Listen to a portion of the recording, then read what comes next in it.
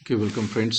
आज की जजमेंट में सर्विस मैटर हम कवर करेंगे, जो कि रिटायरमेंट के बाद एप्लीकेंट ने जो विभाग है, डिपार्टमेंट है, उनसे अनुरोध किया कि वो एक रिव्यू डीपीसी कंसिडर किया जाए और उनको प्रमोशन दी जाए जो नेक्स्ट इन लाइन थी, जो कि प्रिंसिपल रजिस्ट्रार की थी।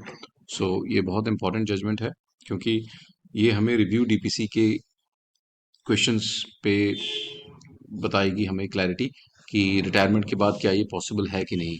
सो इसमें चार कंडीशंस कोर्ट ने डायरेक्ट किए हैं कि चार कंडीशंस पे ही ये हो सकता है। Would not be granted to the applicant in terms of OM. जो ओएम है डेटेड है 15th ऑफ नवंबर 2018।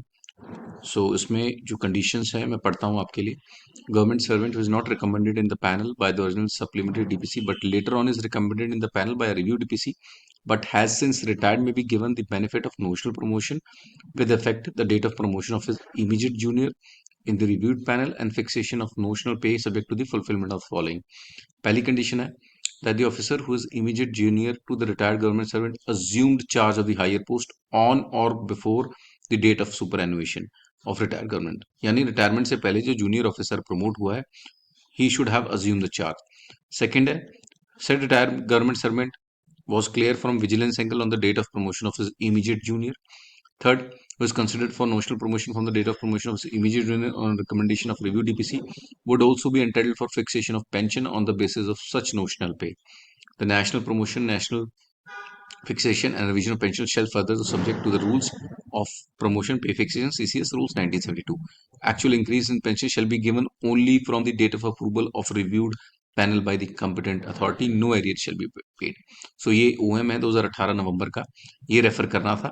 तो इस केस में हुआ क्या, जो जूनियर थे वो उनके रिटायरमेंट के बाद अप्लाई हुए। आप देखेंगे यहाँ पे जो डिस्कस हुआ है ऑन और बिफोर द सुपर एनुएशन, इसीलिए जो डीपीसी थी, रिव्यू डीपीसी का, इनको बेनिफिट नहीं मिला और फिर ये केस डिसमिस कर दिया गया।